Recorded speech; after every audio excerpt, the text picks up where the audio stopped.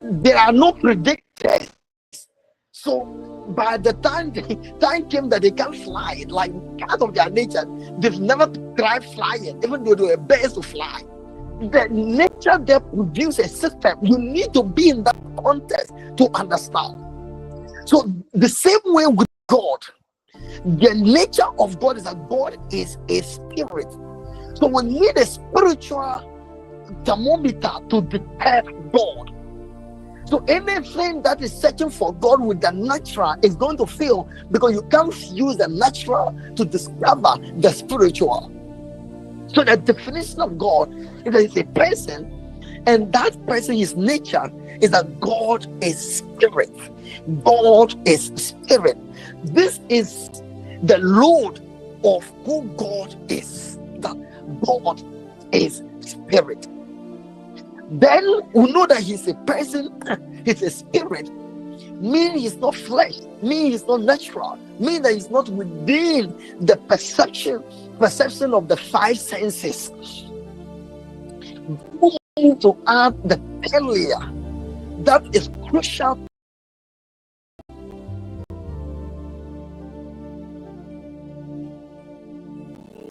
One, understanding. One, to make the Bible made us understand that God is one. God is one. In Deuteronomy chapter 6 verse 4, Moses said, "Hear, O Israel, the Lord thy God is one." The Lord thy God is one. So there's no God of Christian, and there's no God of Islam, and there's no God of Buddhists, and there's no God of the Jews. The God is one. What is making you to think of him differently is because of your misunderstanding. What is making you to think of him in another way is because of your misunderstanding. Because God is one. In Galatians chapter 3 verse 20, Galatians chapter 3 verse 20, Bible says, "But God is one." It said that a mediator does not mediate for one, but God is one. God is one. Once Solomon finished building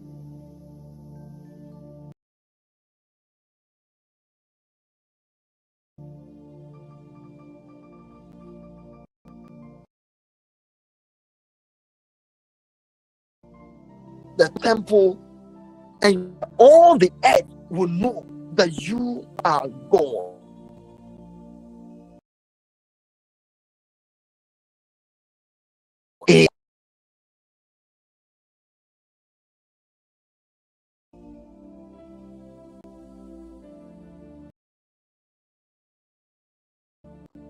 Testimony.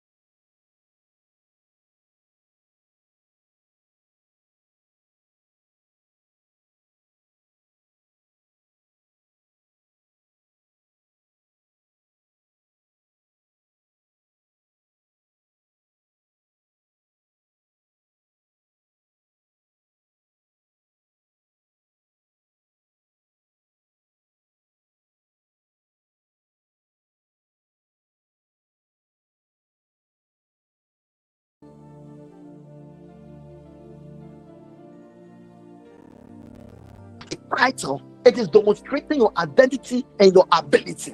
So when they say lawyer is a title, but it's also identifying the ability of the person. If they say man is a title, but also the ability of the person.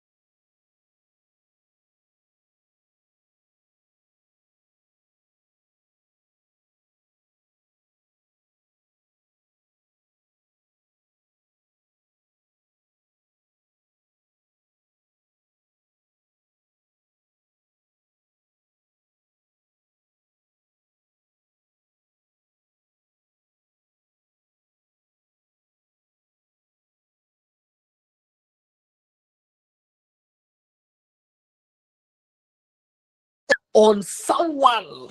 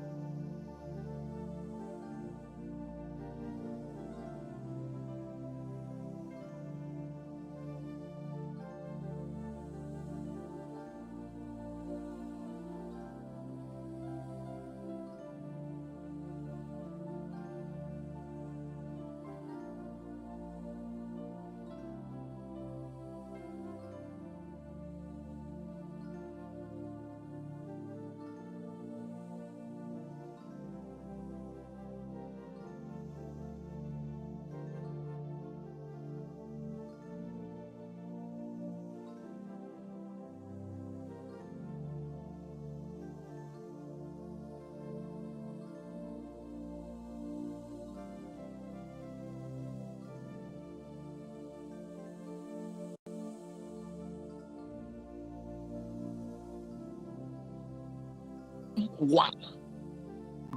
There are two persons But there is a divine principle that binds them together, and those two, spiritually and by physical connotation, they are now one. The two shall become one.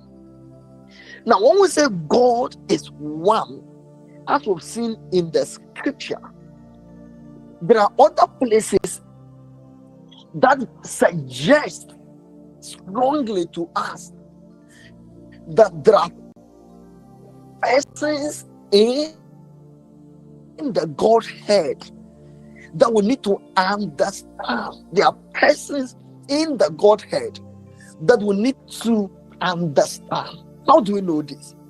Genesis chapter 1, verse 26. Genesis chapter 1, verse 26.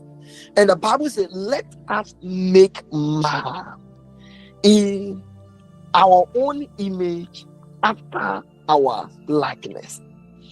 And it's saying that let us. So if God is one, who is God speaking to? That is saying that let us make man. Then Genesis chapter 3, verse 22. After the fall of man, Genesis 3:22, it says that, behold, man has become like one of us. So he said, let us make man. He's using let us, plural. Then it's Genesis chapter 3, man has become like one of us. Speaking in the plural. Then Genesis chapter 11, when the nations decided to build, verse 7.